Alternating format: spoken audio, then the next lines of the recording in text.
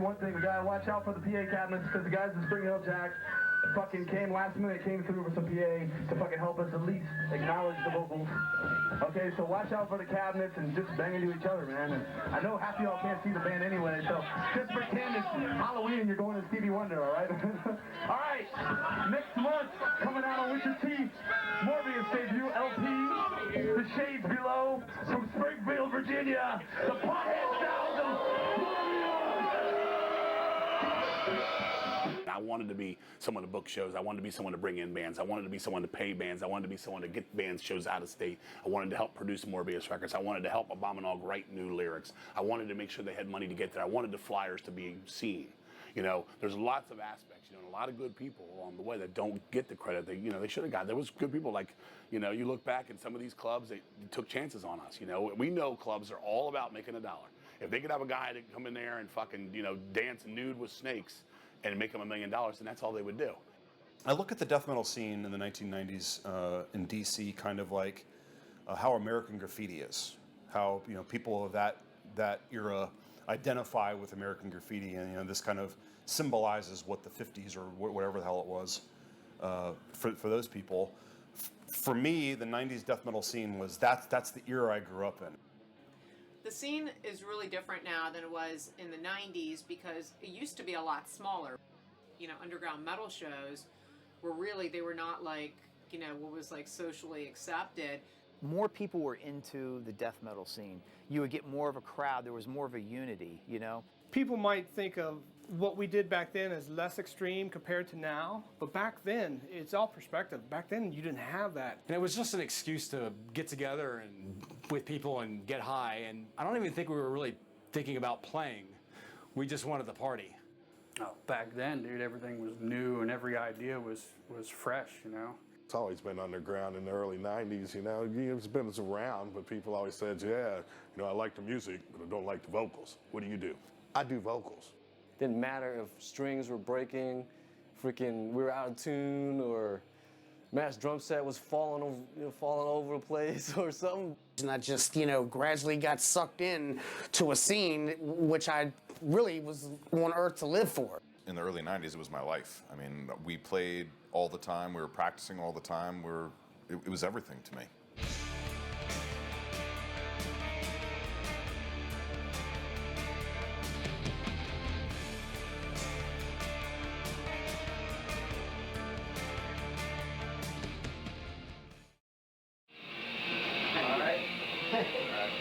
When did Cease form? Cease formed in 1984.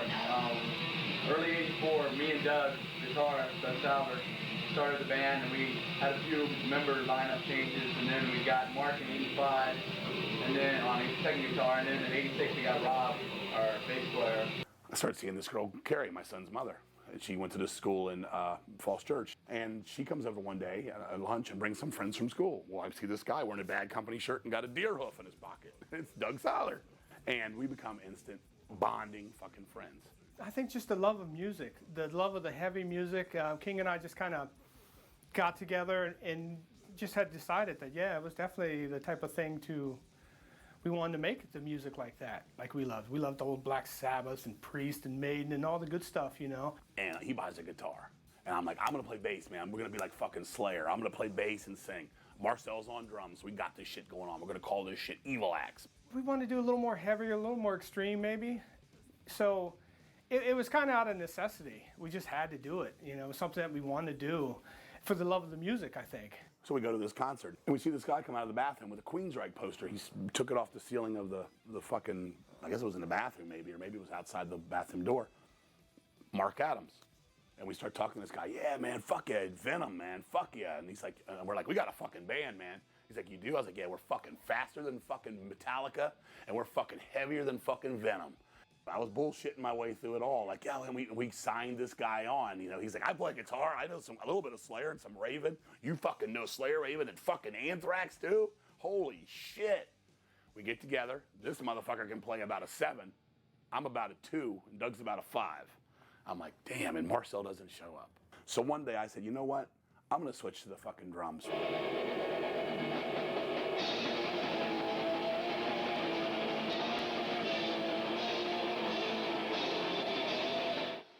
So we fucking start practicing. Now I figure it's easier to have, we need a beat more than we need a bass player.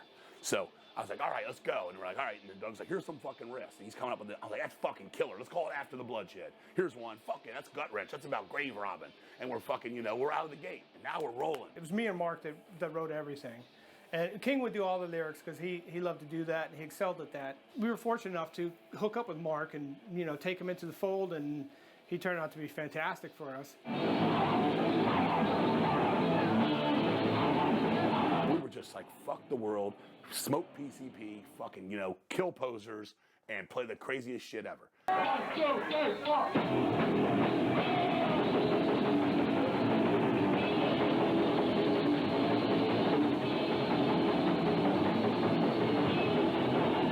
The very first show we ever played was a party, and it was just me and Mark and Doug.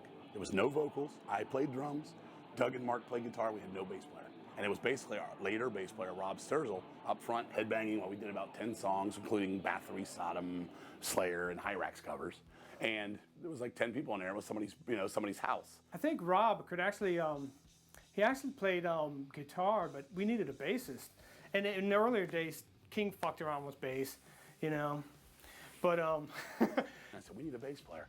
I look over and I'm like, there's Rob, man. Hey, Rob, who do you think should play bass? And I'm like, what are you doing? Come here. And this motherfucker came over and I said, you're our bass player, man. I am? You are our fucking bass player. Come on, we're going to smoke PCP and initiate you tonight.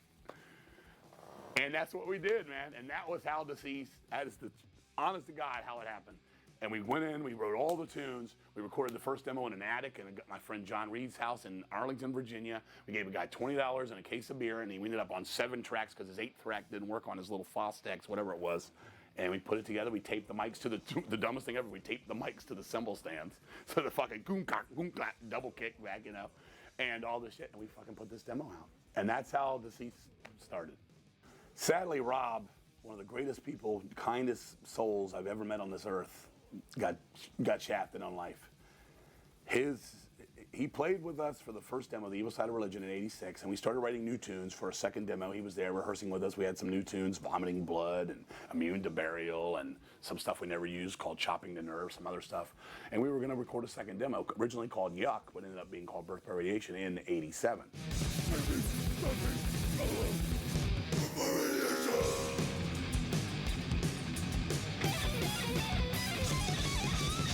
They went out and just were leaving Mark's house in McLean. And they were going down one of the main strips out there, leaving town to go over, I believe, to Larry's house, or Rob's house is what it was.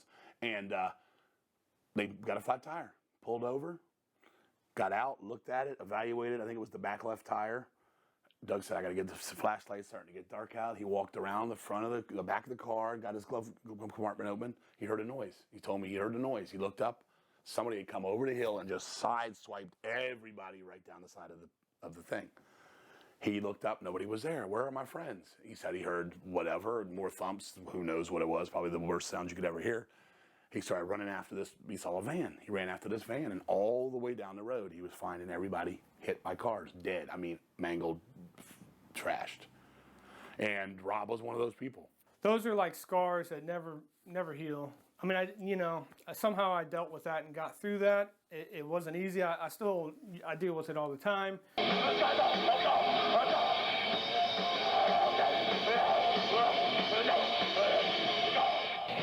did you get your bass player, Leslie? Well, we came from a local band called Usurper, and we just met up through a friend, Eddie Boyd. The first time that I ever met King and them, I was in a band. I was in Usurper, but we had just broke up after 10 months of jamming, and I actually went to rehab. I got caught with some marijuana, and they sent me to rehab. And when I was locked up in rehab, Les Snyder of Deceased, he wrote me, told me he was going to try out for Deceased. About 3 months earlier or 4 months earlier, they had lost their bass player in a car accident. They got run over. All right, Leslie, how long have you been in the band? About, I'd say, 3 weeks. When I got out of rehab, I finally met King, Mark, and Doug, and King told me, I was like, man, he's like, you want to go smoke something? They're smoking in the back, and I'm like, nah, I got to take a piss test. He said, oh, man, we'll get you some Golden Seal, and you'll pass that. Don't worry about that. Flunked the first test, fucking got thrown out the house for that one. Yeah, he filled in after after Rob had got killed. Yeah, Les did a great job. I mean, you know, you show him what to play, he would play it, and he was just like one of us.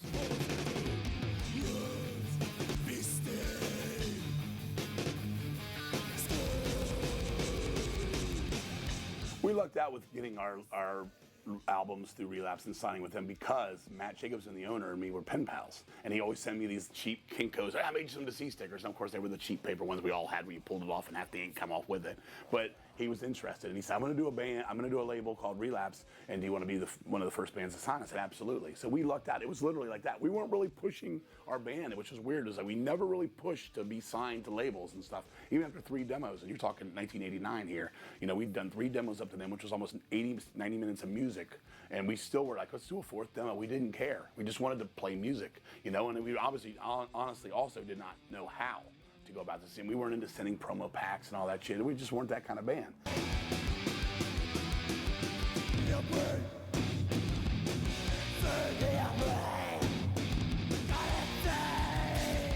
When people ask me to this day how to do it, I still say, hey, well, whatever you can get them to notice you, do it. Whether it's playing a show and they're in the room, sending them something, maybe send them like, you know, a blow-up doll in or a fucking goat's penis or whatever. You know, Eric Carr got the job with Kiss because he took his folder and gave it to him in a bright orange, you know, folder, and everybody else just sent the manila floater in, you know. And whatever it takes, you never know. Deceased. I met them shortly after the big accident, which, you know, was a bad deal for Doug in particular. So I don't even think we played shows with Doug in the band with Deceased. I think he was gone right after that happened almost.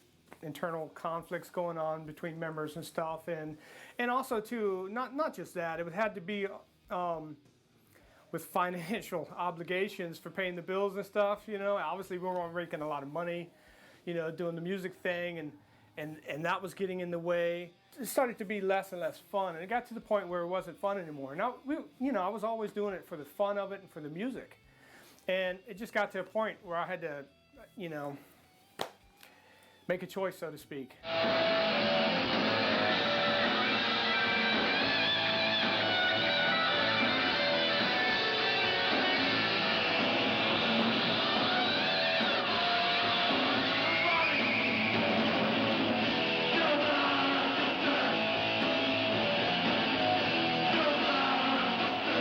First time I seen Deceased actually was in the backyard on Veers Mill Road and Randolph Road.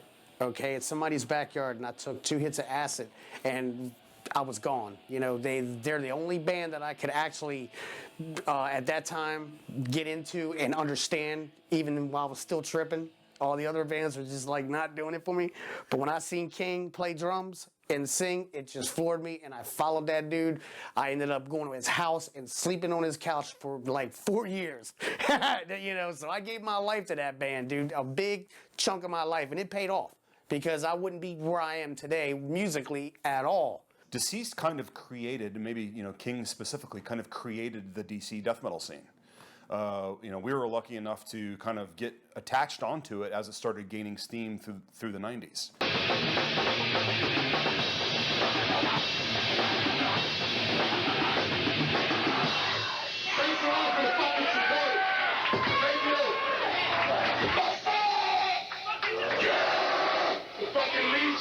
King was like our mentor when we first started. They really led the scene. You know, they were the powerhouse band. Everyone knew who Deceased was. Deceased played a lot. They put out real records on real labels, and they were kind of like who you aspired to be.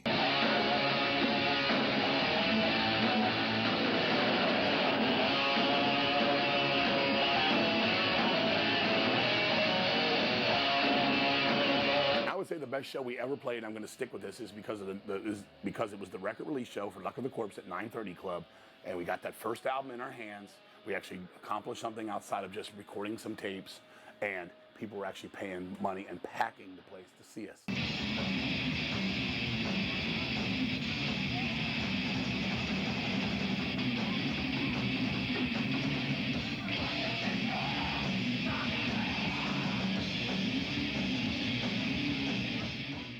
Playing shows with those guys was great because everyone always came to see them, so we got the shrapnel, everyone was there to see us too, you know. And like I said, it was one of the things that made the scene work.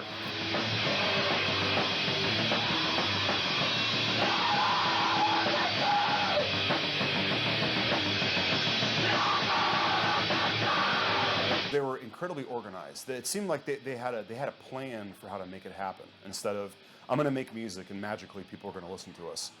Consummate professionals about playing, you know. When they were there to tear the house down.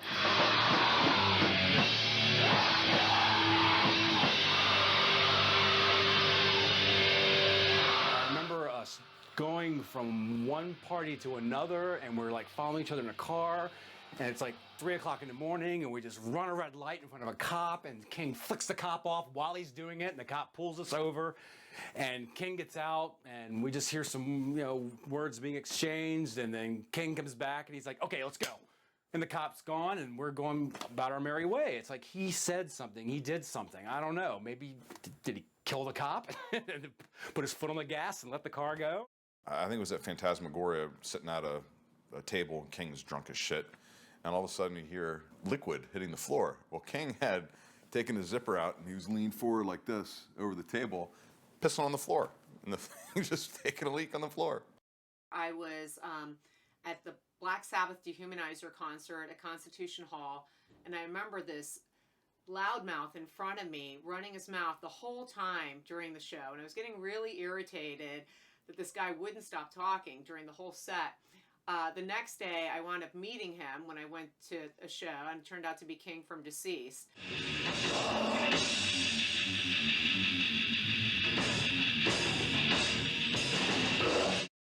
The first fucking show from fucking Abominog that's have a good response. Death metal!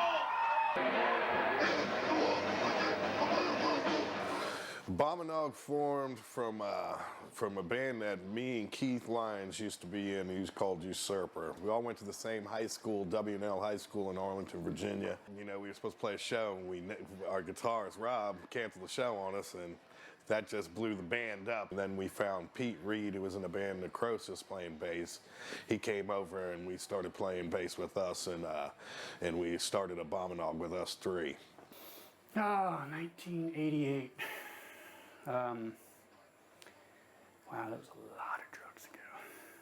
Well, I was in a band, we were called Necrosis at one time, and then I left that band, or they kicked me out. I don't remember what happened, but 2 days later I started jamming with Chris and Keith. Next thing you know, we were Abominog, you know, jamming down in Keith's basement, annoying his parents a lot. Played our first show, Barbecue Iguana, and it had everybody there that we knew from high school and everything. You know, I was 19 years old at that time.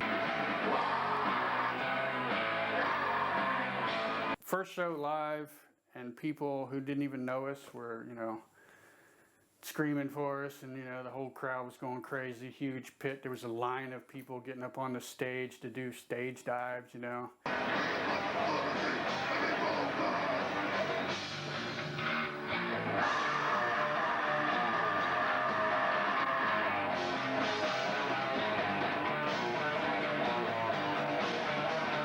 Went through a bunch of drummers trying to find out, and we got our first one. Was another guy that we went to high school with, was Juan Figueroa.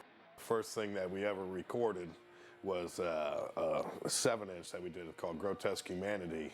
It's on With Your Teeth Records, one of King Fowley's first things he ever put out. Back then we used to like go stealing CDs and stuff to make money. So I'd go steal enough money to do something. And the first thing I decided I wanted to do was something from the band Abominog, which was Chris Justella's band. We were at practice one day, and him and this guy of Butane, Doug Martin, come in with a 4-track and go, "We're recording a 7-inch today." I'm like, "What do you mean we're recording a 7-inch today?" He said, "Yeah, we're recording it today."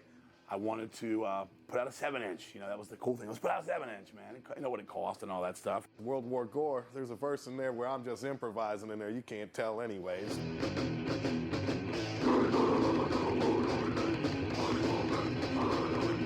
Grotesque Humanity is one of them classic ones. It's old as hell. If you have one, you hold on to it. It took off quick. People loved it, and I moved all the copies. I'm like, hey, here's a legal way to make some fucking money. Maybe I don't have to steal CDs the rest of my fucking life to survive, you know?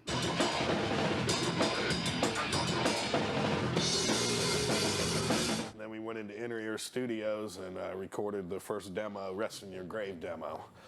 And that was in 1991, I think. Their Resting in Your Grave demo. Oh my God, I listened to that so many times. I think the tape just stretched so much, and I think the music got slower on the tape. And then when I hear them live, I'd be like, oh my God, that's the fastest band ever. Resting in Your Grave demo, the slowest piece of music ever recorded. If you compare it to anything else we did, it was the absolute slowest. I can't even listen to it. It's like us on downers, played in half speed.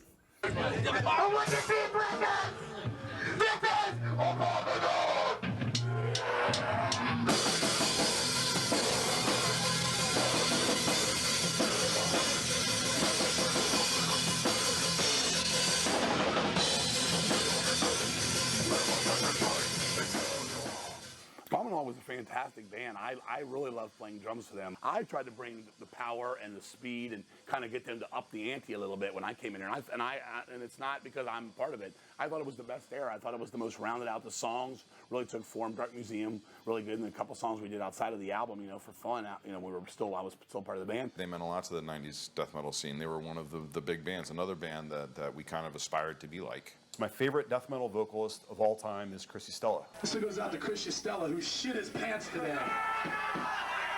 Where you at, Chris? Somebody can stand 5 feet from you. Raise your hand, Chris. When I first saw Chris Stella, he scared the fuck out of me. He was a scary motherfucker.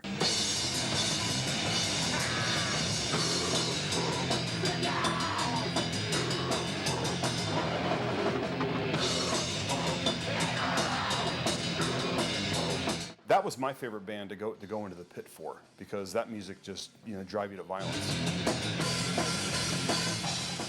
Out of all the Virginia scene, Abominable was really the first band that I stuck to. All right, I'd like to send this one out to Vinny, man. I ain't seen him in a long time. Where's he at? Vinny. He left? Oh, fuck. All right, this one's called Human Disgrace.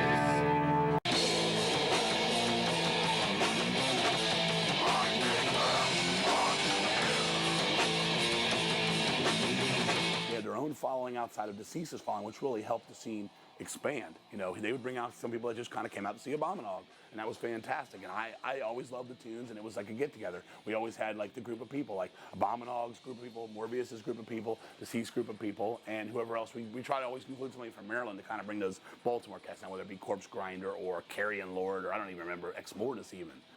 They played at George Mason University on the quad, the open-air quad, with a bunch of like pop bands. This is the Resident Student Association's last event of the year.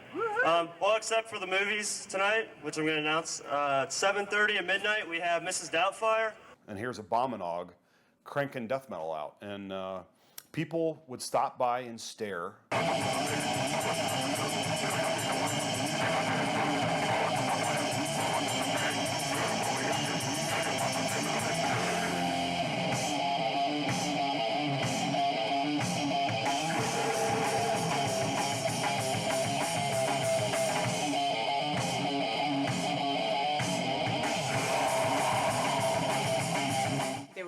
College students walking by, just no idea what's going on. I just remember looking around and seeing a bunch of normal people, and then there's Abominog. There was some type of announcement of a barbecue that was going on. I remember Chris being on stage talking about how he couldn't wait to get some food. That barbecue's smelling good as a mug. I forget where we were, like Jersey or Philly or somewhere playing a show, and we get there and on the flyer says, Abominog. Who's Abominog? Yeah, oh. You know, and then we got to another show, it was Abominab. Yeah, exactly.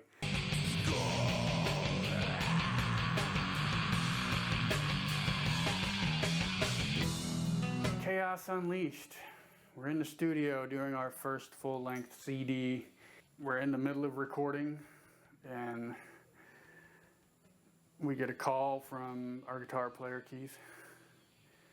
Says, hey fellas, I'm getting ready to head to the airport, going to Arizona. I'll be back in about a month. Yeah, we haven't seen him since. It's been since 1995, 96. We still don't really have an explanation of why he did what he did, but it kind of punched us all right in the face and basically was the end of Abominog, you know?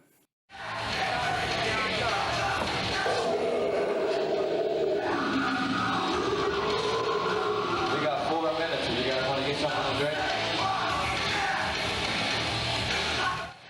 First show I ever played was a party with my band Morbid Saint in high school, and it was at a friend's garage, and it was like one of those high school things.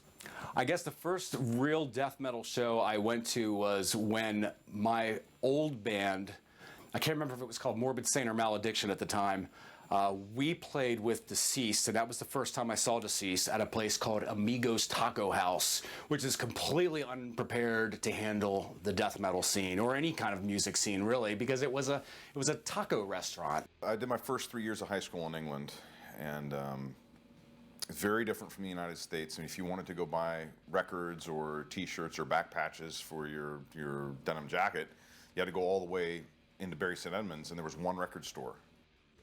The first show I ever played was a talent show in England, and 3 other losers, and we played For Whom the Bell Tolls without vocals because we didn't have a vocalist, and it was sad. When I look at the photos of there, I fucking am embarrassed. I'm like, oh Christ, what the fuck? Well, that was the first time I played live for anyone. Living in England was a lot different than living in America. When you're in a military base, everything really exists within the fence, and the amount of music selection you had was what was available at the PX. So it was a big culture shock coming to America. Not necessarily just being around the music itself, but all of the accessories, all the T-shirts and posters and other metal people.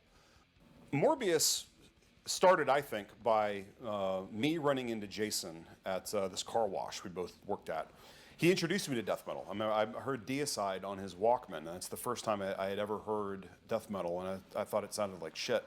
And I was already in a band called Malediction, and I had seen Deceased, so the damage was done. I was looking to do primarily death metal, and then came along Matthew Sylvester, and he was a drummer, and he said he had a brother that played guitar. We decided we wanted to play in a band, but I was getting ready to go to college, so we decided on a set of covers that I would learn and practice when I was at college, and when I'd come home for break, we'd rehearse. Luckily for the band, though, I pretty much got thrown out of college after my first semester. So came back and we started full bore. I joined Morbius not intending to, but a friend of mine, I can't remember his name. We were in Springfield Mall food court and just hanging out. B was stoned out of his mind the first time I met him. He was wearing sunglasses in the mall at like 9 o'clock at night or 8 o'clock at night. The guy could barely spit out a word. I remember asking him if he was interested in playing, and it was one-word answers or noises. You know. That's probably high. Sitting there in the mall, he said like 4 words. So he came over to practice a tryout or whatever, and I think we played a cover that we all knew, and he played well. We met him and this other guy at the mall, and the other guy kept reminding everybody that he played drums as well as sang. At the time, we were looking for a singer. And I remember getting really pissed off because he said maybe 10 times how he was a drummer as well, and I had to remind him I'm playing drums for the band.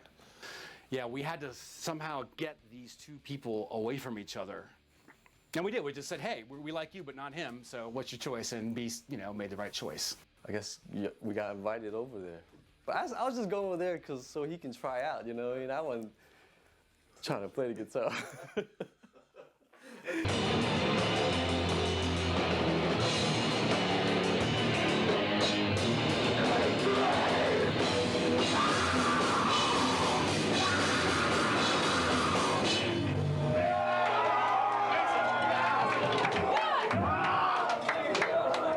Realm was our first recording, our first demo, and we recorded it at Postulated Lung Studios, which is basically this guy Butane's bedroom in his parents' house. And it was his bedroom, the hallway, and another like storage room next door was the studio. Yeah, Postulated Lung Studios off Nutley Street in Vienna. lovely suburban community. You know, I think it was in a cul-de-sac area. The engineer for Rome was this guy named Butane. There's different reasons why, people said different reasons why he's called Butane. The one I heard was that the back of his car was full of empty butane bottles because he would inhale the butane before school every day. He'd go out and he'd, you know, rip off all the butane from the 7-Elevens and just huff that stuff down and, you know, get that wah, wah, wah, wah ringing thing going. Hearing those helicopters, whoa, whoa, whoa, whoa, whoa. That was fun. Butane had these pants that looked like he had never washed or taken off. Great guy. He looked like Shaggy had fucking radiation poisoning. So we're there laying down tracks, and it was just a fucking mess. And I know Butane went to, he's like, someone dropped a microphone or something, went to pick it up. It was a dog turd. He like picked it up. He's like, oh, it's a dog turd. He just put it back down on the floor, kept going. What's funny is Rome has got two different versions. One version's got more feedback than the other, but both versions have feedback.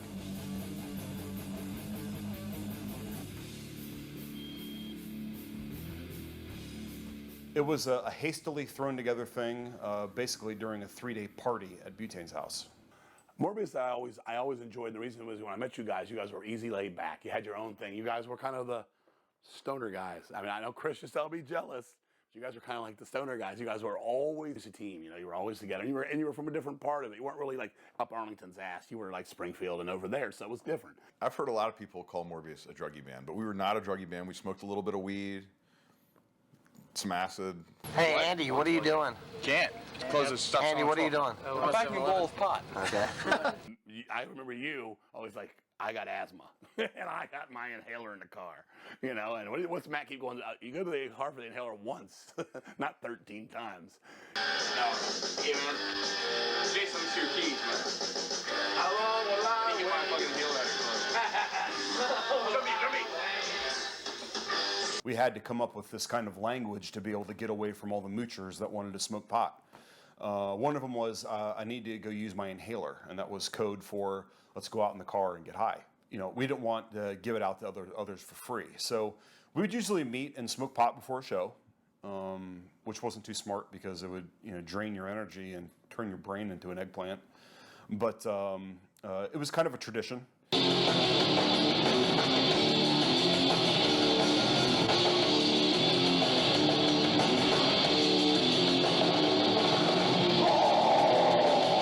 Morbius's music was kind of like death metal meets Rush on acid, you know? It was, it's just like, what are these guys smoking, you know?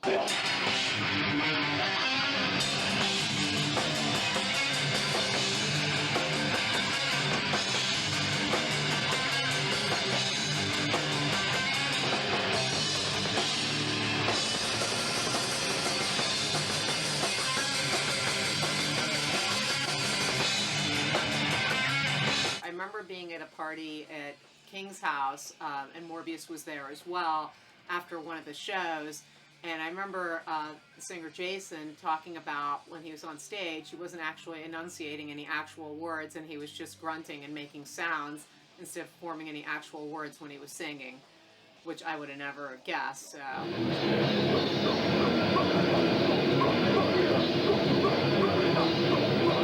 Jason had the best death metal vocals out of anyone in the scene.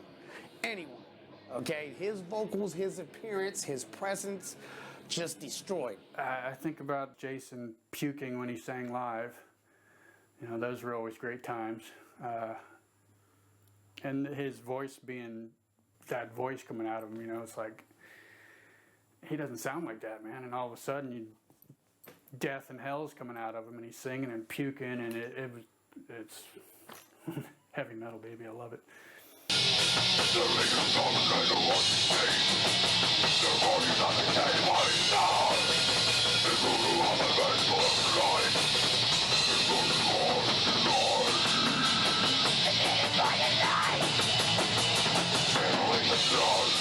kind of like being like a, I don't want to say father figure, but I guess it's kind of like, you know, like kind of like helping you guys, trying to help you guys go up the thing. And I was like, these guys are good. And I always thought everybody could play. I always thought the songs were good. And I thought Jason had a fantastic death metal vocal.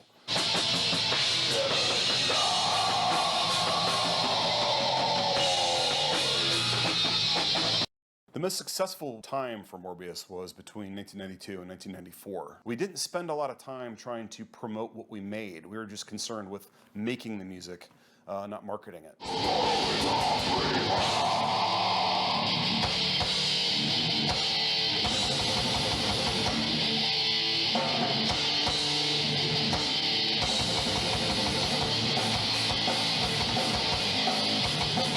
DC, Maryland, Virginia area was really the only area we ever thrived in. Would have been nice to be on a major label rather than having to go it alone because we were too lazy and stoned to promote ourselves.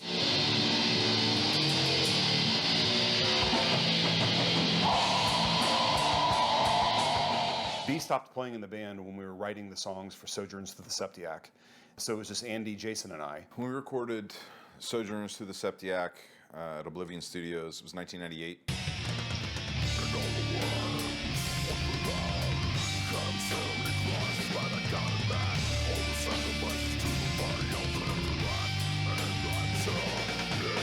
We had a good rapport between the three of us, and came up with some of the best songs that Morbius has ever put out.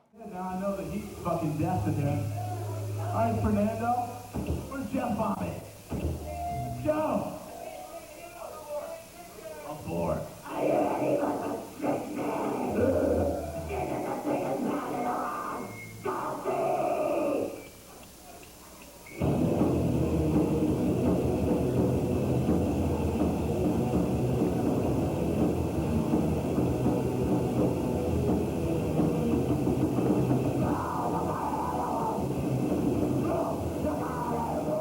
The old Safari Club to me was a mess. It was the word is a mess. It was fun as hell. We did a lot of good things down there, and it was like all us kids, including the underage guys. I was barely of age myself. We'd go down there, and you'd go in this place, and nobody gave a fuck. Don't ever drink the water from that place. Like they had a thing on the side of the stage. I think I had diarrhea later on from drinking that shit. The Old Safari Club is still to this day the best club there ever was. There was an Ethiopian owner named Haile who let my 15-year-old brother come in and drink at the bar and wouldn't say nothing. They would have, the shows there were awesome because you could do whatever the hell you want down there. It was in the middle of in D.C. in the ghetto. My most vivid memory of the Old Safari Club was being 15 and drinking at the bar. There was no ID process. You just walk up, and if you had money, they're going to serve you. Once you got inside, you had the bar where they didn't care. They didn't give a rat's ass. There's no IDs checked. It just really was, we want your money, every bit of money. We don't care who you are or what you are. There was also, I think, free beer from an early part of the evening until whenever it ran out. So again, 15 years old, walk up to the bar and just be able to drink beer for free. It was a free beer show. Come on out. Free beer all night. And then the guy said, well, okay, it's not going to be all night. We're going to do it for 2 hours. And basically, he just bought a cheap keg of beer. It looked good on a flyer. Come out, death metal, thrash metal, whatever, fuck shit up, free beer, 8 to 10 or whatever it was. And we went there, and people were fucking shit-faced off this shit. Guys would just sit there for their $5, $6 entrance and drink. And the next thing you know, there was trash. And all of a sudden, I was watching it from I was drinking, but I never drank before I played. So all night, I'm pretty much not drinking. So I was watching it unfold, and I just started seeing fights break out. It was like groups of people, like the Medusa crowd or the Militia crowd, and everybody, or the Skeleton crowd even. Some of those old bands, they all had their ways, but everybody started fighting each other. Next thing you know, there was like a brawl going on in the damn Safari Club, and I'm like, oh, this free beer is not going to last, right? So we talked to Haile, which was the guy that ran the place, and at the end of the thing, he's like, we cannot do this. I mean, there was blood, there was teeth on the floor at the end of the night. Thanks a lot, everybody, for fucking sticking around with the fucking heat and hell. And from the first demo, we're going to take it back to Cemetery Full. The Old Safari Club was my first introduction into the whole club scene. So it was, to me, going into a different world. Dingy and disgusting inside. Always had a open sewer pipe smell. It was located next to a transvestite bar. It's like a gay nightclub or something like that, and some guy who looked like a Mike Tyson impersonator tried picking up our bass player. I went there and I found out that I could smoke and get drunk and listen to metal for the first time. I was only 18. It was amazing. Now the part of town it was in a really bad part of town. It was in a pretty bad part of town, just like any metal club in DC was. I don't think there was any metal club in a good part of town, What a dive. It was the type of place you definitely wouldn't want to be walking alone, too fucked up, or yeah, things wouldn't go too well for you. Some guy sucker punched me in the head at a Biohazard concert. I believe they were trying to have like knockout contests where they were just basically punching people in the head that walked by, and unfortunately I was the recipient of one of the blows. There was a gang of like 6, maybe 8 guys carrying 2x4s. I think somebody got hit with like a lead pipe at like a Deceased concert or Deceased gig there one time. We got out of the car and Brian Fries paid a bum $5 to watch his car. And what that translated to is the bum's not gonna kick your lights out or scratch your car or take a shit on your hood. They had a habit of putting a metal show earlier and then like a go-go show at like 1 in the morning. So as you're getting out, you know, it's like you're seeing a line of people coming in, and the crowds really didn't mix well. You know what I mean? It wasn't a metal club, was it? It was like an Ethiopian. It was like I remember they had like it was more like a reggae or go-go club, because that was big back then. And I remember just being utterly confused. Like I remember seeing like Deceased back there. My band played there a bunch of times, and I think it was more confused than anything. And you'd go, and in the day, you would load in, and by dusk you didn't want to be there because it was a bad scene. They'd have metal go on from about 7 to 11, and then you'd come out at 11 o'clock, and then the go-go shows would be on. They would also book go-go shows there, sometimes on the same day as the metal and hardcore shows. So, you know, sometimes the go-go people would be hanging out, and when, you know, they mixed with the metal people, it didn't always go well. Safari Club definitely was instrumental in getting a lot of the old original bands going in the death metal scene. You know, all the old New York bands would come down from there, like Suffocation. I mean, those guys came down there when they were just starting out and played. The first death metal show I saw was Iron Christ, Abominog, and Deceased at the old Safari Club. And I was blown away. People would come up on stage and do backing vocals. I'd never seen that before. I'd never seen a pit like that before. It was a real pit. It was a violent pit. It wasn't pushing and smiles. It was people kicking the shit out of each other. I did so much headbanging, front row, March of the Corpses. Loved it. That was, you know, anytime Deceased played there, it was like pretty intense.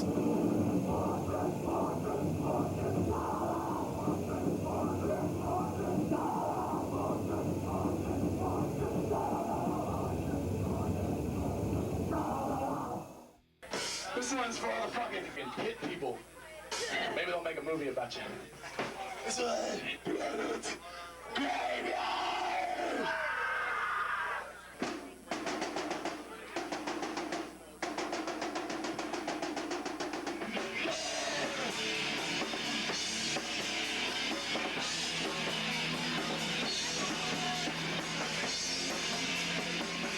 A pit is where exorcisms take place. People get out their aggression. There's different kinds of pits. You know, at Bender's and at Wilmer's Park, there's so much space. You would get a lot, you know, happy people kind of going around in a circle, bumping into each other. Then you've got the hardcore death metal pits where people are really getting hurt, breaking bones, getting concussions. Deceased has had their time like fuck shit up and blah, blah, blah, blah. We've had that. When I go to an Iron Maiden concert and see it, it seems a little awkward to me. I mean, who am I to say what you can do? Music's music. Everybody hears it, feels it, however they want to hear it. It used to be really cute for the girlfriends to stage dive. Well, as soon as they stage dive, everyone's grabbing their tits, grabbing their ass. King's girlfriend at the time, Erin, she kept stage diving. And so by the third time she was jumping, I know I almost think it was Spanish Chris was jumping off the stage at the same time. And she got up on the other side of the stage. All the guys moved over to catch her. Spanish Chris fucking landed right on the ground. And everyone's fucking grabbing Erin's ass. There'd be shows where people would try not to smash into me as hard as, you know, if they were running into a guy. But then there'd be a lot of other shows I go to where I was treated no differently. And no matter how many times I got hurt, it just never stopped me. I was just a glutton for punishment. During the pit at the With Your Teeth record show, the singer-drummer for Meat Grinder, Valerio, got a concussion, climbed up on stage while we were playing, threw up all over the place, and then passed out. One friend got his arm broken. He came up and showed us, like, I broke my arm, man. You guys were awesome. You know, he had a good time, you know? That's how much fun it was. They didn't mind getting a broken arm over it.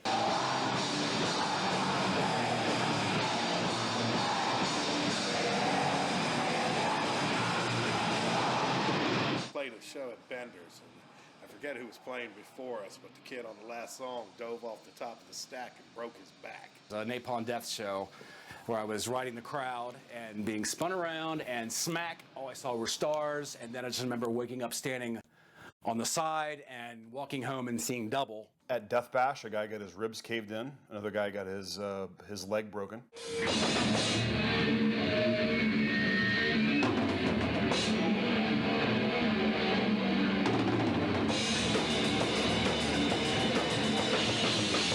Death Bash was basically Dennis Cornelius, who played in Revelation and does a bunch of stuff now in his own bands.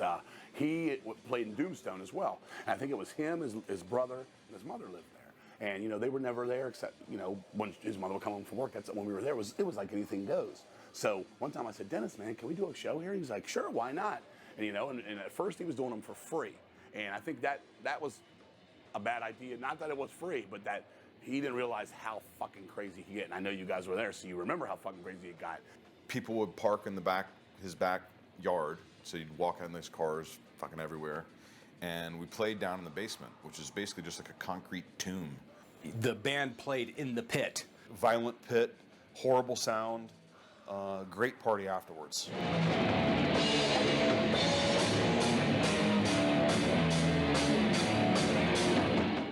Chaos, man, and it was great. You know, you're stuffed in this little room with way too much equipment. You know, everybody, you're in a basement and everyone's got a stack and a half, another stack over here. The weed and drugs in one room. You have the metal going on in one room. You have people like kind of like wanted to look metal and be in the room, but at the same time like it was too crazy and they were getting hit. That was actually Mike Smith's first show with Deceased was there, and he got a fucking knot on his head. You know, somebody hit him and busted his fucking head open. That was his first show. But I love Death Bash. I love Dennis. Those were great times. That's classic. And I have some of those old flyers. You know, it's like come on out and you know get fucked up the ass of the devil in Doomstone or whatever. I remember pulling B out of the back of some guy's truck at Death Bash, and apparently he was with a bunch of strangers and they had fed him green, you know, PCP on parsley. Death Bash shows. Was it in a basement? Every time I think of Death Bash, I think of B smoking too much green and not being able to. Wasn't able to play, wasn't able to talk, wasn't able to walk. He turned back and faced me or faced the wall the entire time. After the cars had left and we'd finished smoking all our weed or whatever, and we'd come out and look and there's fucking beer cans. You couldn't see the lawn. It was just beer cans. All of the beer from the night before, the aluminum guy had to come out and get, and it could fill this room we're in now. I mean, I'm not kidding you. Dude. I'll have to show you the picture. It's insane. There's probably at least 3,000 beer cans in this damn thing. This is a one-night party. You're not talking a weekend bash or even anything. That was a one-night thing. It was like 4 feet of tin cans piled up to your waist. You know? I don't know if they ever got moved or maybe they just burned it down around it. I don't know. King and his girl, Erin, all of us were driving to the Death Bash, okay? We had a keg in the back seat. We picked these girls up and we went and got the keg for the Death Bash that night. We started driving out in my old Champ, that red, orange, whatever the hell it was, colored Champ. And we started driving there all of a sudden, boo! We get pulled over on 95 going south to Woodbridge. And this cop's like, I'm going to start by getting out another ticket book because I'm going to have at least 8 to 10 to 15 tickets for you, right? He goes, bald tires, dead inspection. I didn't have a driver's license, no registration.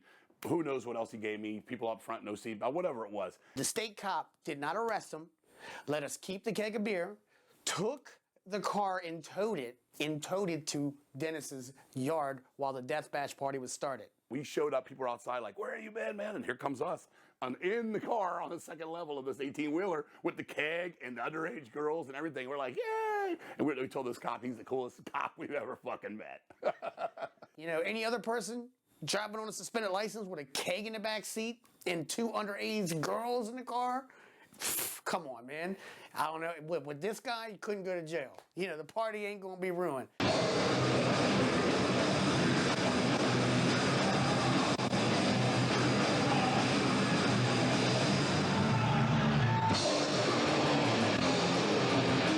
Matt stumbled across Bender's, and it was a youth club, like a teen club. And the first time we went in there to look at it, there was a fucking half pipe in the lobby.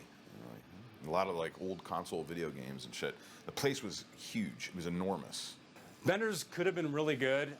It was too big. It was too big of a wide open space. It was an old movie theater. This guy, Kevin Bender, he bought the space and just started putting any bands in there, you know, which is fine because there were a lot of bands in the Manassas area. And every time we were on a bill there, it was like 20 bands, you know what I mean? So it was all bands, and it was just so big that it wasn't one of my favorite places to play because everything was a big echo if there wasn't a lot of bodies in there. I preferred like the smaller places like the DC Space, you know, or the Safari Club, Club Scar, the Asylum, that kind of thing. You know, it had this seedy, dirty vibe that it was all about early metal in DC, you know.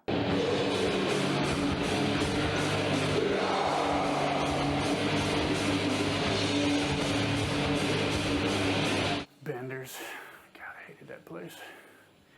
It was like going to the mall to play, you know? Because it was literally a strip mall. And we played at the club at the end of it. The Bender show with Razzle was a classic. It was a classic. I love the Candies. I hate the band.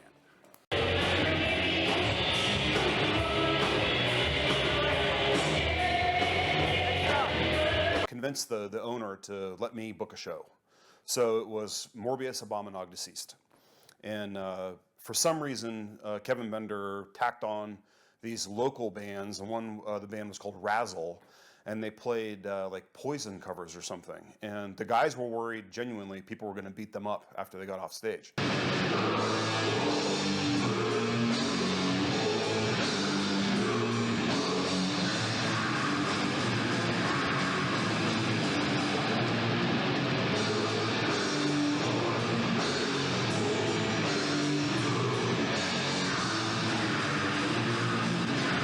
It was all kinds of bands that I didn't know who the hell they were. Maybe you did. I definitely didn't know who they were. And it was like, you know, one of those things where you got a death metal band, and then you got a glam band, and then you got who knows what band, on and on. And somehow we ended up being that last band at like 2 in the morning.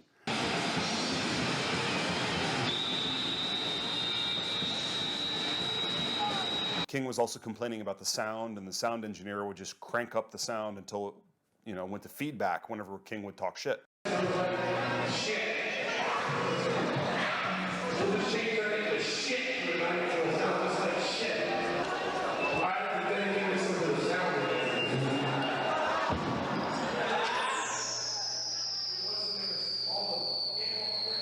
The guy approached the stage, which ended up being Kevin Bender, and he's like, "You're done." And I was like, "Fuck this. We played 2 fucking lousy songs. I have the video footage. I know exactly how it went down."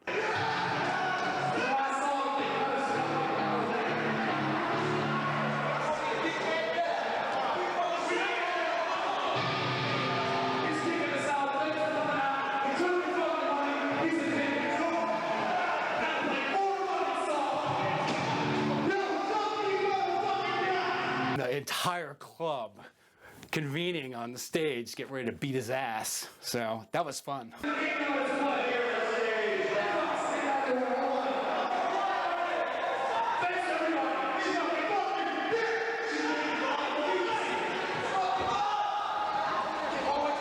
We played 2 fucking songs, like we waited 10 fucking hours and all this shit. We dealt with so much of your garbage all night, unprofessionalism, and they tried to kick us off. And we had brought everybody to that show. I mean, everybody was there. If you watch the video, it's insane. When people started charging towards the owner, and the owner realized, you know, 60 people are gonna kick the shit out of him, he let Deceased play another couple songs. He brought the cops over there. I got right in everybody's face. I didn't give a fuck. I was going off. We got to play like 2 more songs in the end of it and beat it to death and had a blast. And I thought, that's the end of it. And Mark told me, "Oh, look in the paper. There was that somebody stole the cash register. Somebody kicked the glass window out." I mean, people were pissed in retaliation. That's what happens, for better or for worse.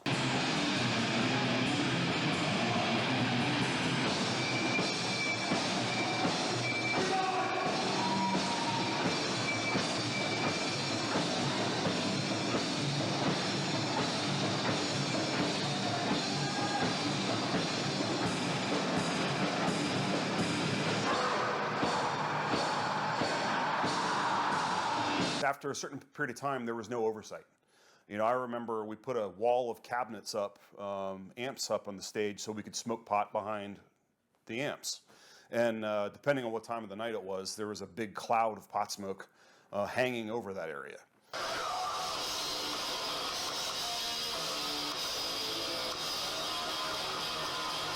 We changed the name over to The Cave, and I never had another problem there. I mean, the sound never got better. There was some quirkiness, goofiness, oddities to the place, as we all know. When he bought the Wolfman huge thing and called it, you know, take a picture with Mr. Death, $10. You could take a, you know, with the silkscreen Wolfman or whatever it was. And then I remember the show we played, it was Deceased, Dismember, Vader, Suffocation, and Corpse Grinder. And he brought out the air thing you jump on and bounce up in the air. I was like, well, this is fucking weird. Maybe he had Lollapalooza down before Lollapalooza, you know, I don't know. But I look back at those, and since he turned out cool, and even though he was an oddity, and so was his mother, and everything about it, I have good memories of that place. That first thing is just one of those things that, you know, I give anybody a second chance, you know, and he never screwed me again or anything. I don't even think he screwed me the first time. I just think he didn't know what the hell he was doing. With Your Teeth Records, first annual fucking show. Teeth, and more teeth. With Your Teeth, man. Support the scene.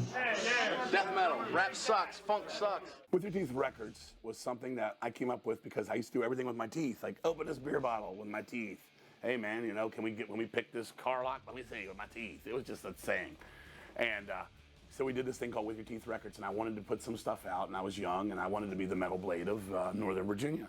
So, you know, I took this little ape thing I found on some sticker my little brother had, and I said, it had the funny looking goofy teeth. I said, that's the logo. It was cool that he was going to, you know, help out other bands and promote them and kind of really help grow the scene in the area. Look at that. That's what she thinks about it. Aaron, what do you think about With Your Teeth?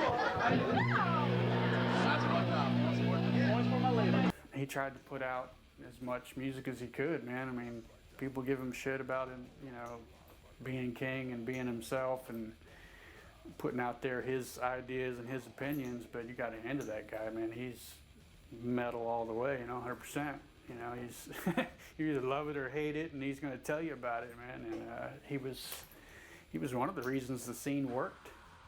From there, I decided I wanted to help bands out, which included Corpus Ratus, Morbius, and then Doomstone, and I wanted to sample some bands from around the country that maybe I didn't know enough to do full albums or 7 inches with yet. Back then, all the bands had to put in $200 and supply their own recording. Sadistic Torment did it, you know, and it worked good. The first one was really, really good because he had Pyrexia on there.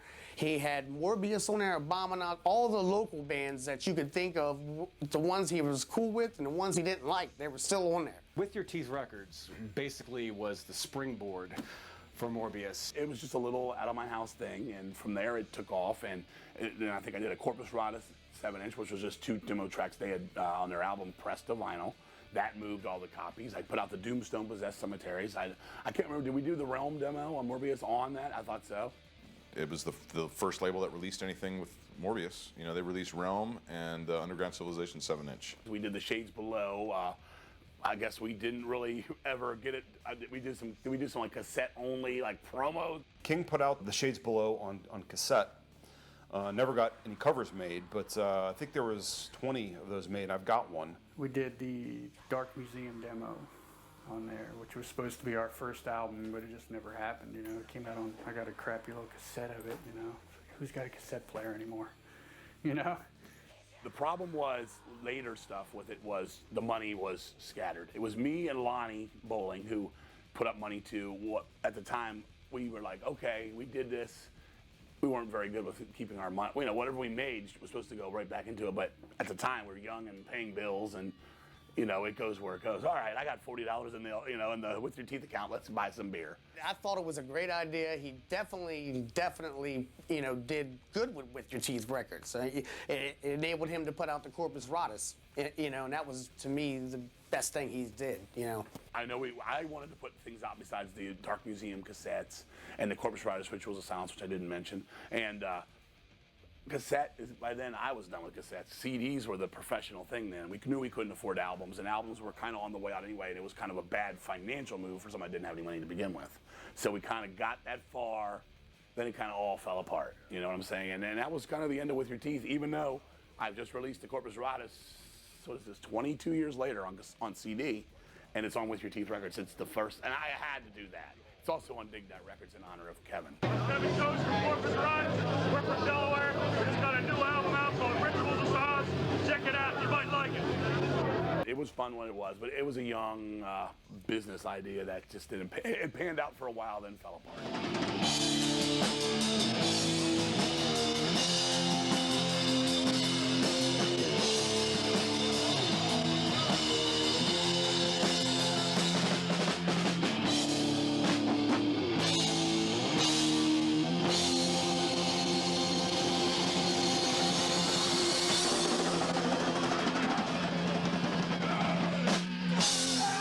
The new Safari Club is this two-story, it looked like a townhouse, two-story building in a bad part of Northwest DC. And back then, the 9th and U corridor was where all the gangs and drugs operated out of. There's a lot of Ethiopian gangs down there. DC, man, welcome to the Whiskey Tea Show. New Safari. Hey, Joe, where's Valerio? What? Where's Valerio? It's wandering around upside across. Huh? It's wandering around. It's upstairs. It's upstairs? Have a tour of the club, man. Go outside, let you free. Go. Downstairs was some kind of restaurant, even though I only remember them selling wings, the restaurant was really a front for crack and heroin. The first time I went to the new Safari Club, there was a guy holding Ziploc bags full of crack and heroin as people were walking up the stairs selling them. We had the run of the place. We could do whatever we want. The owner just kind of paid the cops off to leave us alone. Everyone just did what they want. I mean, it was like a vacation from reality because we pretty much owned that fucking club when we were in there. We did whatever we wanted. There was no limit on what time we had to quit, really, and it just kept going. It was a madhouse. It was a small little shithole, and I loved it. There was no stage. You know, you were right there, the people were right in your face, and you couldn't see 3 people back.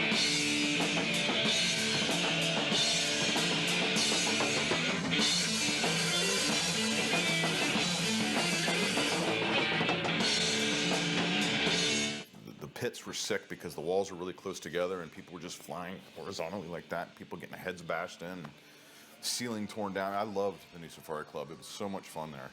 The ceilings were down. Some electrical outlets didn't work. There was fires in the place. People fucking in the bathroom. Coke dealers. I mean, it was all that, you know. And I mean, that was just one of those unique places that we all went to, played, and now have all these, you know, ridiculous memories of. What do you remember about the new Safari Club? Nothing. The story I remember about the new Safari Club is having sex with a girl in the women's bathroom and having to hold on to the door handle of the door as I was screwing her because the lock didn't work.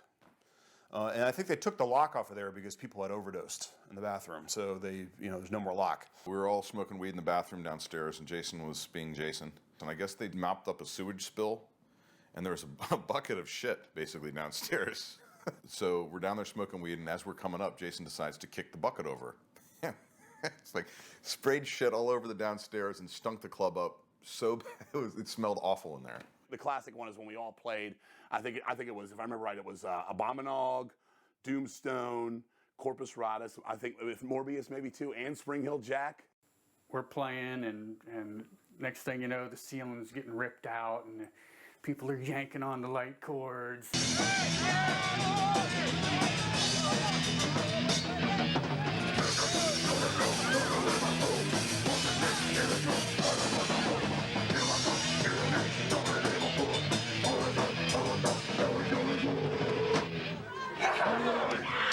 Let's get it going on the ceiling, man. There's some fucking shows here. All right. And seeing Carl Zog, #1 Abominog fan, trying to rip it out and couldn't do it. A little piece of wire, he couldn't do it, and he'd throw it back up, and it would fall back down on him. All right. That was one of the best times, I think, in the whole 90s was that era. Kangol, the singer for Spring Hill Jack, he got his ass kicked. Down, man. Hey, man, go someone put him down, man. You gotta Alex, come here. Help him out, man. What happens? Let him get out. Hey, let Kangol out, man. It looked like a molehill sticking out of his head. He showed it to the camera. I think he was pretty proud that he looked like an idiot. Get that on film, man. Now, don't drink and drive. See the Beatles, man. House were crazy. They were the most insane things. Anything goes. You cannot not like Boy Bond! I do like Boy Bond. I woke up on a neighbor's car a couple times in my drawers, and no fucking body ever said shit. Sitting around and playing chandeliers and listening to whatever music. I know one time he was playing the Beatles, because he was on a Beatles kick that night, and so we're sitting around listening to fucking the Beatles. Beatles rule, man.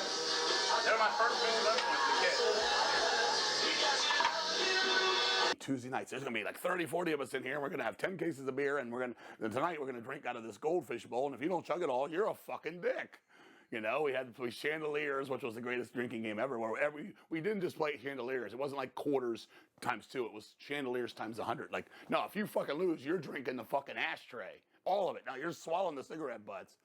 Yes you are. Then don't fucking play. Dude, at fucking 7-Eleven, I threw through a laundromat window. It was like, yeah, man, can I come to your house and drink beer? I got a keg. And I was like... I'd wake up noontime. By 12:30, we're out the door. And by 2 o'clock, we already know what we're going to do that night. Okay? We just needed to know where. And 9 times out of 10, it was at the house. My favorite King story is, came over to his house for one of many parties during the summer, and walked into the kitchen, and they were cooking steaks in saute pans. And I said, "Oh my God, steak, that sounds great. Do you have any more?" King said yes, and he pulled one out from his underwear. It was they had been, stealing steak from Giant. He pulled it out of his pants and held it up like, you want it? Nah, that's okay. It was always a party at Fun King's house. You never had to actually be invited. You just show up, and next thing you know, he's out stealing beer and steaks, and fucking party happens, And it could be any night of the week. Any night of the week.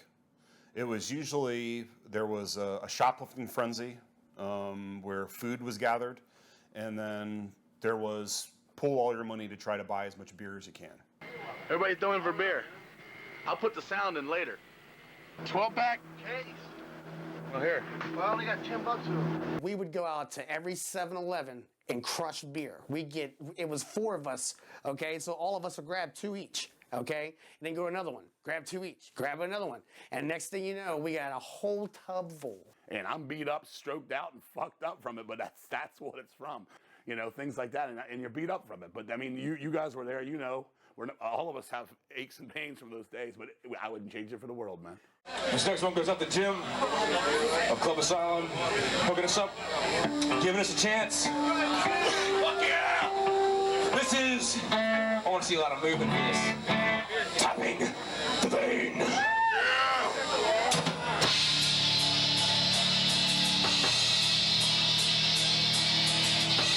Club Asylum was run by a guy named Jim, who was really into the music scene. It was more punk and hardcore, but he would let metal bands play there. The Club Asylum that I remember most was pretty much right next door to the new Safari Club. There's a lot of stories we can tell about that club too, because we played there a ton. But one of my favorites was we're sitting on their beer garden, which was basically a fire escape in the back with like a card table and like a couple of folding chairs. So we're out there, and we thought we saw cats running through the alley, and we realized they're rats. They're like body like this big. Like, I've never seen rats that big before. So we'd sit out there and we'd drink beer and we'd throw our bottles at the rats. Club Asylum, played there a few times, it was all right. I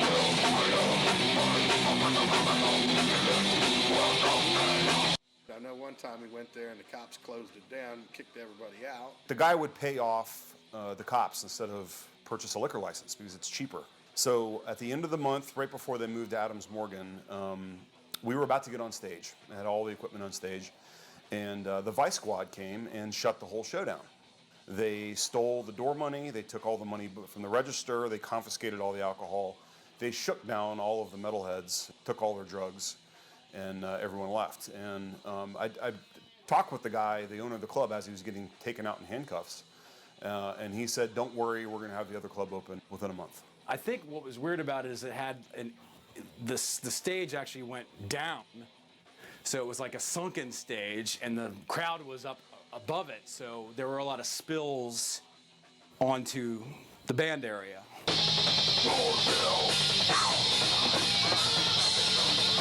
No microphone, you're still doing vocals. Oh well, maybe someone will be good enough to put the microphone up. Usually they were pretty good about that.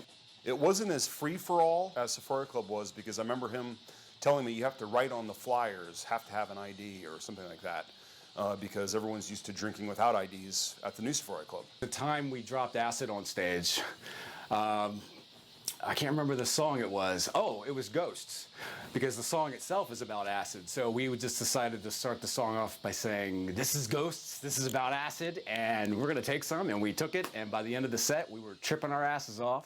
This next song, it's about LSD building up in your fat cells. Never! No, here's the real thing, dude. This one's for King. This one is called Goose. Dude, you know, we played those clubs so much, I don't remember which one was which, you know. I did a lot of drugs, so I can't remember my way here, let alone how I'm going to get home. So. The best club to see a show at was Club Scar, which was a make-believe club that was opened above a strip club. And there are stairs that go from, obviously, from the upstairs to the downstairs. And as typical for the death metal scene, there was no IDs required to get into Club Scar. So you go, being a 16-year-old kid, you go see the band play.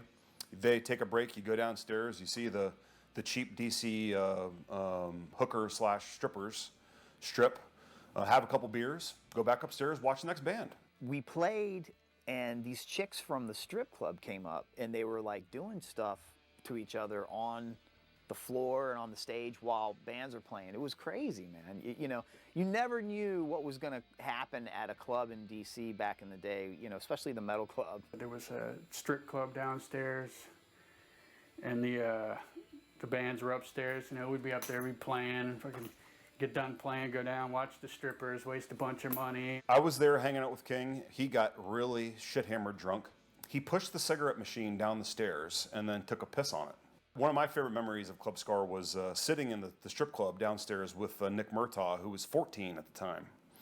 And we were both drinking and hanging out with strippers. Some guy tried to get him with a fake ID, and the bouncer almost killed him, throwing him out.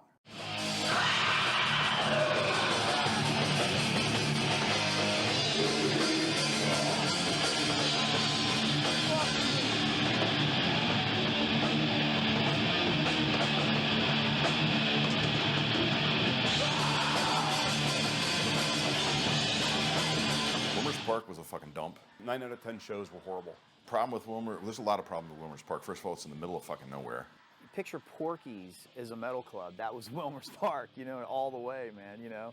This swampy, dirty, you know, area out in PG County or Charles County or something, but it was out in the sticks, man, and it was so shady. A lot of Virginia bands never made an effort to come out because it was so far out there. I mean, it was way, you know, back then it was, you know, Brandywine, Maryland is a long ways. I remember it was a long way to get there. So, of course, we smoked a lot of weed on the way. Couldn't tell you how to get there now. You would always have to worry about falling through the stage when you're playing, you know. Before we would play, the sound guy would come over and tell us where not to step. It was so huge that even if you had a decent, like a crowd that would pack the Safari Club, it looked like you had like 4 people there. It was a good club. It was just too big, you know. The stage was perfect size for a band, and it was just this vast floor, and, you know, you could get 100 people in there, and it looks empty. You know, back then, if you got 100 people at a show, you were doing good. There's this guy named Pitmonger. Pitmonger was the master. I loved Tony Pitmonger, man. At the end of the night, King said, man, you got a shirt, man? My shit fell off. He'd always be shirtless. Be 2 degrees outside. He don't know where his shirt is. Pitmonger's redneck brother, who had this redneck afro and a really bad porn mustache. You know, people would come up on stage to do backing vocals, but Pitmonger's brother decided that he was going to do vocals.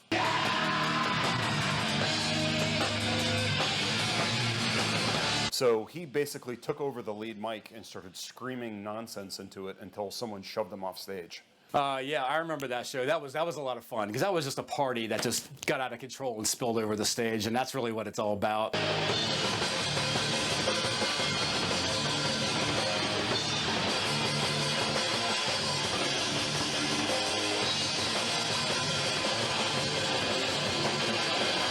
King dumped a pitcher of beer over my head when I was playing.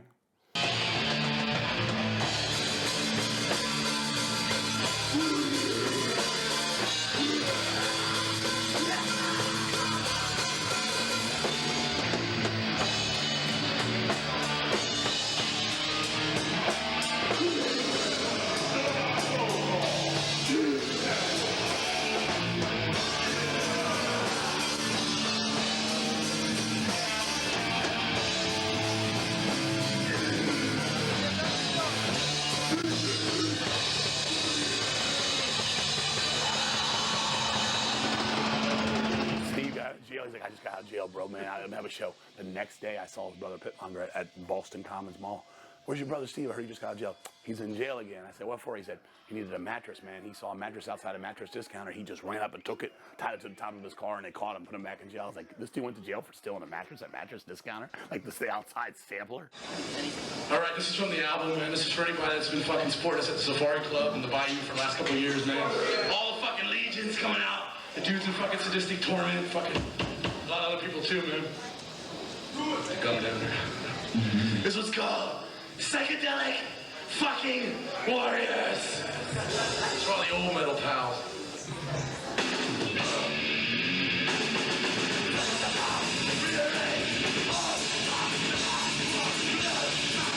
The Bayou is this gigantic, awesome club right on the water in Georgetown. I think it's a movie theater now. When death metal made that explosion in 1991, where all the tours were all death metal, they all stopped in at the Bayou. It was like the big club in DC where the big national acts would play there, and Creator and Slayer and would play there. It's a great privilege for Deceased to be opening for such a godly band as Entomb. I want to thank them for all their fucking support, man. Especially Ufe, Nick. This was for fucking Entombed. Sarah for Entomb, man. Anybody here for Entomb? King had a lot of friends. Entomb, Morbid Angel, they were all his friends. So we all get in free and just hang out and, not get caught drinking. I was like 20, 22 or something like that. I knew I didn't have an ID and I kept getting thrown out the place. But I still loved it. One of the biggest shows we ever played was with Stentor there. Flyered the hell out of that show, and we packed it.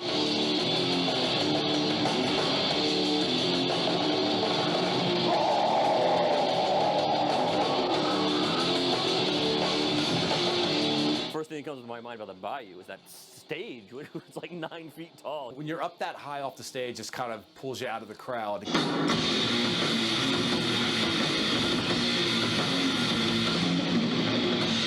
It was a cool fucking club, man.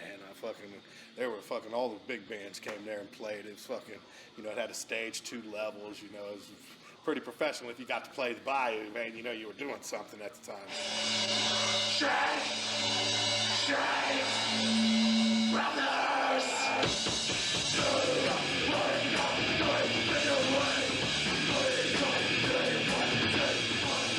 They treat you like a pro band when you go in there, you know what I mean? You have just load in, sound check, and dressing room, and how they treat you was really nice. The Bayou was kind of always a hassle. It was a little uptight, it wasn't quite as loose as some of the other clubs like the Safari and the old, the Asylum Club and that sort of thing. To live underground, man, you just gotta fucking learn to eat dirt.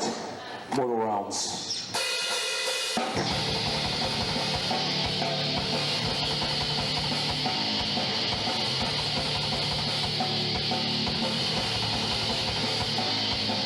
Jack's was one of the big Northern Virginia clubs. It was the biggest Northern Virginia club in Springfield, where we're from. When we first moved to America, Jack's was, when I was in a high school band, Jack's was where it was at. That's where you wanted to play. It was a real club instead of, some fucking party. It was good and professional and set up, but it was still like being under the eye of Big Brother. You didn't want to they wouldn't put up with any bad behavior. Jack's was run by this putz named Jay Nedry. Jay would always insist that we sold tickets. First time I ever met Jay, Jay goes, well, where's your ticket money? And I said, I don't sell no tickets. Nobody ever gave me no tickets. What, I don't do this. I'm in my 30s. I don't have high school buddies that I can sell these tickets to, right? I think it was Andy's idea that we stood about 10 feet in front of the door when people were lined up for the show to start and sold our tickets. He would have big nationals, but then he would put on like 10 bands opening for him, And, the nationals are going to pull in a lot as it is.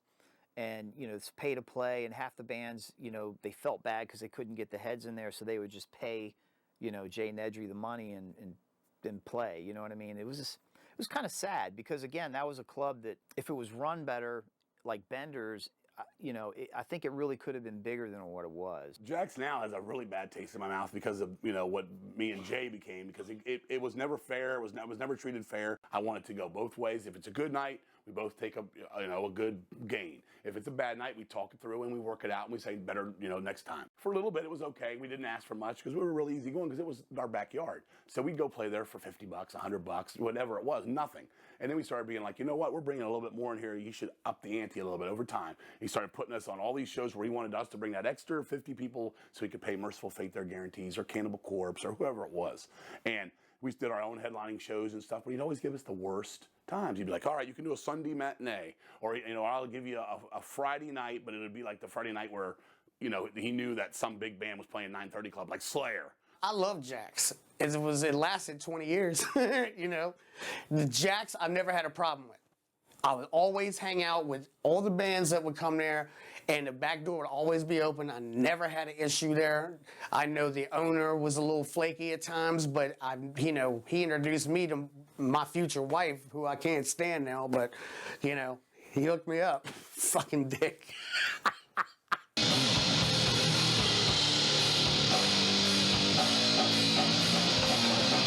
So I walked back in there one more time ever, and I fucked the swordfish. I fucked the swordfish. There was some kind of fish up there that Willie, the old cook who I loved, had made a great steak and blue cheese salad. And he had this fish in there, right? So I was drunk. It was like, just one of those nights again, Ron Keel's in or Quiet Ride or some bullshit. We're just having fun.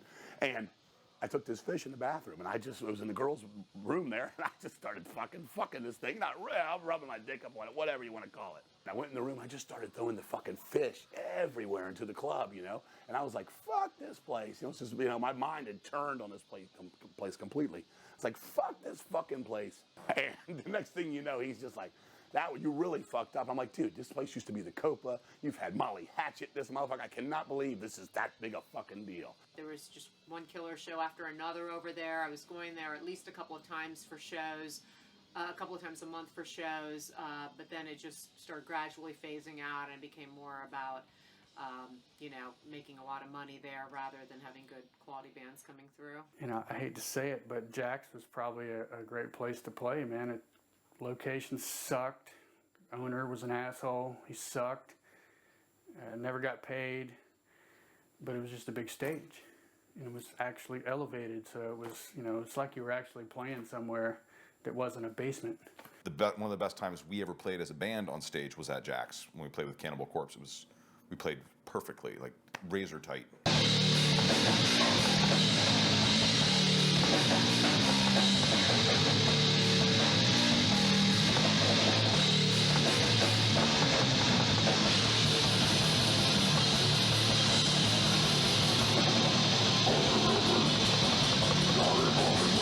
And so at the end of it all, I just told him, look, I'm not coming to your club no more. I'm not going to fucking come there. I don't care what girlfriends in her bra and panties you have selling beer there. I'm not coming back in your fucking club ever.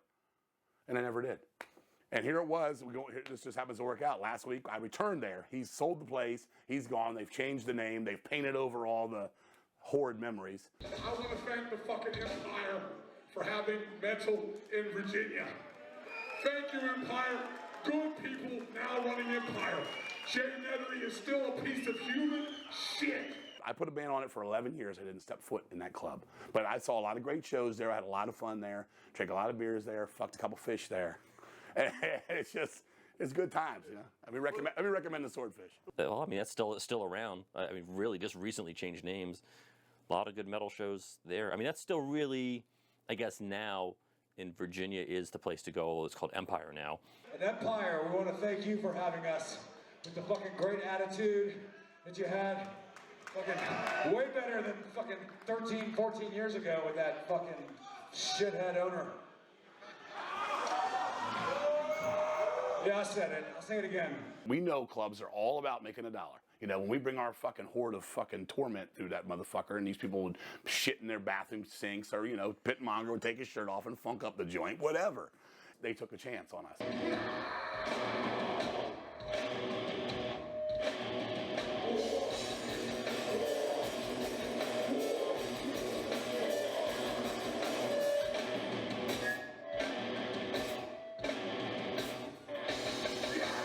Around 1996, there was some friction starting to develop between Deceased and the other bands. We all were kind of like just stagnant for a while, and nothing new was happening. We'd played all the clubs, We'd done all the parties, and I think we were all up each other's asses too much. Add drugs, add booze, add stupidity, teen angst, heavy metal lifestyle in general to it, and then you got issues.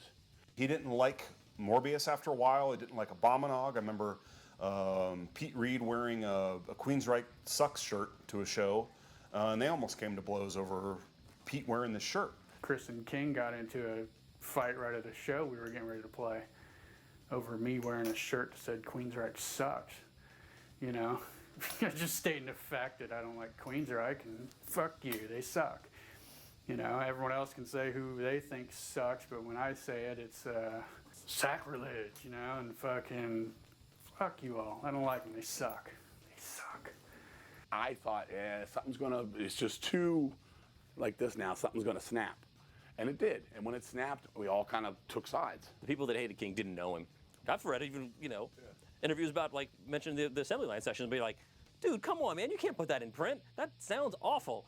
But then I put my King voice on Filter and I imagine him saying it and I go, oh, that's exactly how he would say it, I remember hearing at a party or something how King said that Morbius, Abominog, and a couple other bands had got together underneath the American Legion Bridge, which is this huge bridge that crosses the Potomac. We got underneath the bridge and had a campfire and voted King out of the scene. I remember being shocked at the time because I don't really know what that means. There was some type of congregation or ritual in the woods to vote him out of the scene because they were tired of him not watching their bands when they played. He would always get his band the prime slot. I remember hearing somebody say that we were voting King out of the scene. Quite frankly, I can't imagine being organized in any sense outside of being in a band to make that kind of decision. What I remember about the vote out of the scene was you called me. And you said, dude, talking shit about us, right? And he said, what the fuck you call us long hair pretty boys? I said, yeah, and I remember this. Yeah, I fucking said that. Yeah, I said, 'cause I was fucking pissed off. And what I remember was we went to the cave and I booked a show. And you guys were supposed to play that show. And you guys came late. I was like, oh man, we got cars running. I was like, you motherfuckers got to be on stage. And I was like, now I felt like I was getting taken advantage of. Like, these motherfuckers want to play 2 bands later, so they're showing up late. And I was like, this is in my mind. And I was like, fuck this. I'm not booking them no more. Fuck this. And then another time I booked a show, and I remember you guys showed up and like, I can't remember which one of you it was. Maybe it was Andy. If I'm wrong, I apologize. But I was like, all right, man, it's $10 to get in. You're like, dude, I ain't got no fucking money. Then Chris Stella showed up, and all of a sudden you had no money for an ounce of pot. King sees the world differently, and he sees them through on his own terms. I know he believes that this happened, but I know it didn't. There was kind of some bitter feelings that stretched out over a long time, but I mean, I don't know on King's side. I know with us, we just kind of like put it aside. We said, King is the way he is, and we just kept doing our thing. Yeah, we used to go party underneath the American Legion Bridge all the time. And yeah, I'm sure we talked a lot of shit about King underneath that bridge. Fuck Morbius. The motherfuckers want to talk shit, fuck them. There was no organized thing where we voted King out of the scene. I think it was just, that's a symbol of the division between the bands. When the hell would we all get together and vote someone out of the scene? I heard this and I laughed about it myself. How are you gonna vote someone out of the scene anyways? You know what? King's an asshole. Let's fucking kick him out of the scene. We're gonna go to his house. We're gonna say, King, you're not allowed to be in here anymore. You're out. Never voted out the scene. Look, man, that dude he'd say exactly how he felt, but only when he drank. It got out of hand. Normally. But he still, he never got voted out the scene because the dude was the scene. If it wasn't for him, there would have been shit. I thought the scene suffered. The biggest thing about that, and I'll say this is my big finale on this subject, we went to play O'Carroll's. Free show on New Year's Eve. Free. Everybody in. Free. Free. Champagne at midnight. Everything. Nobody showed up. Nobody showed up. It was like 4 or 5 bands, and nobody showed up. It was a flop. And to me, that was the end of that legendary scene. Because I've got bands from Human Remains to Nocturnals to Ripping Corpse, Revenant, all those bands that played back in the day saying there was something special about DC. It was so united for the metal scene.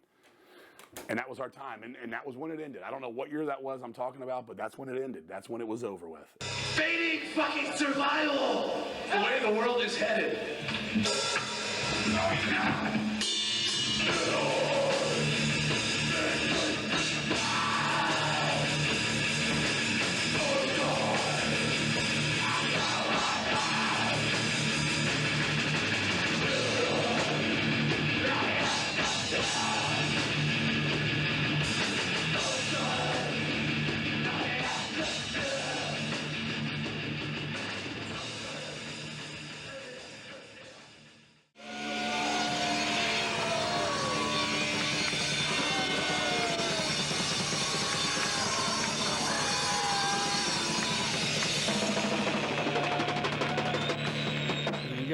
we came up in days when there was tape trading and handwritten letters. If it wasn't for Chris, you know, writing to people all over the world and back and forth with the stamps and peeling the stamps off to reuse them, and, you know, giving off cassettes and whatever crappy merchandise we had.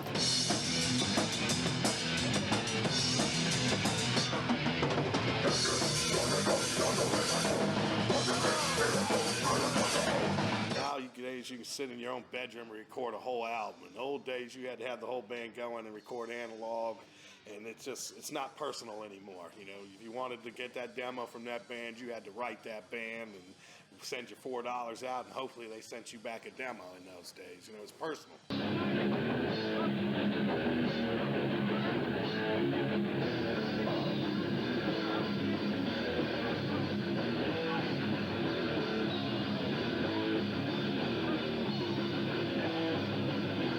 Out of all the genres of the heavy and the metal scene back in the day, it seemed like more people were into the death metal scene. You would get more of a crowd. There was more of a unity, you know, which I was always like, man, that's fucking awesome. You know what I mean? Because I remember going to see Deceased at the Bayou, and they sold the fucking place out. You know, I think they had like the attendance record.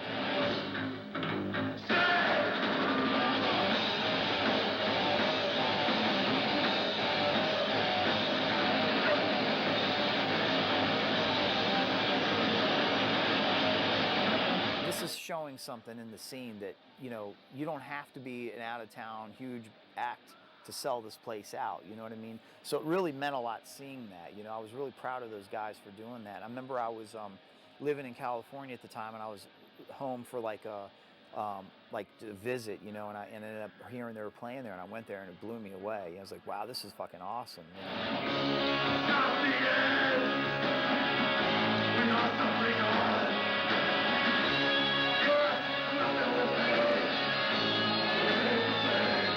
Every weekend, one of these bands was playing a show somewhere, you know, whether it's Maryland, DC, or Virginia.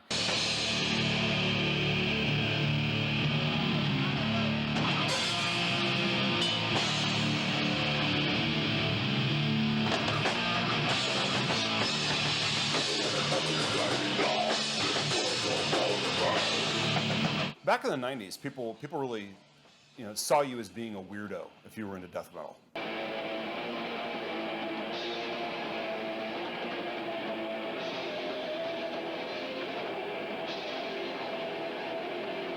What we were doing back then, people didn't know how to react to it. Some people, you know, they were kind of a bit shocked by it. They were taken back. They're like, "Whoa, what is this? You know, what the hell?" Death metal these days is much more mainstream than the 90s. Satellite radio, there's death metal stations, not just one, multiple death metal stations. Now it's just like anything else. Death metal is a commercial item. You know, the old death metal bands are getting back together and touring again. Some of the old stuff, just like Morbius, is getting re-released.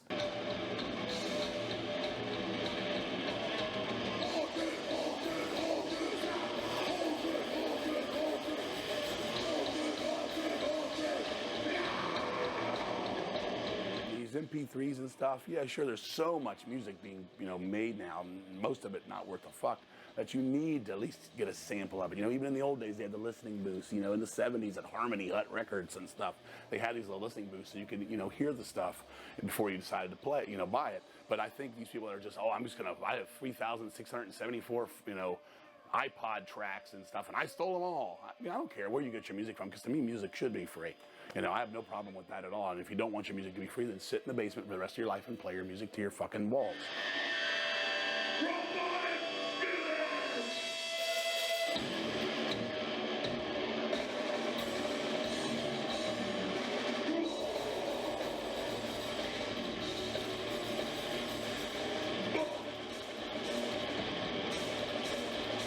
You know, in the early 90s, these, you know, underground metal shows were really, they were not like, you know, what was like socially accepted. Now it's like there's a whole big Maryland Death Fest. It used to be a lot smaller. We all knew each other. When I went to a show, you know, like tonight Suffocation's playing. If I went to Suffocation, I'd see all the same people that I know. We all know each other, whether we all like each other or not. It was like a brethren of people who just love metal.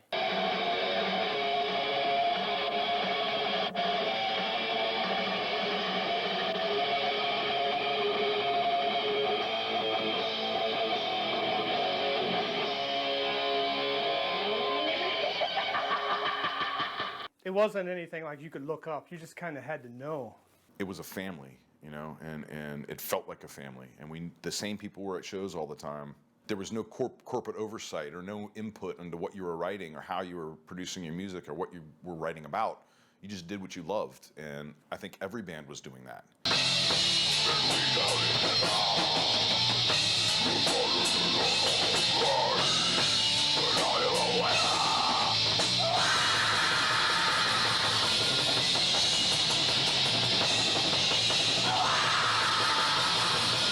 There was something beautiful about playing shows every couple weeks and going down to DC and being there till 3 o'clock in the morning in a really shitty neighborhood, you know, but with all your friends, and anything goes. Those days are very vivid. But, you know, the last 10 years working at a full-time job, hell, I barely remember any of it.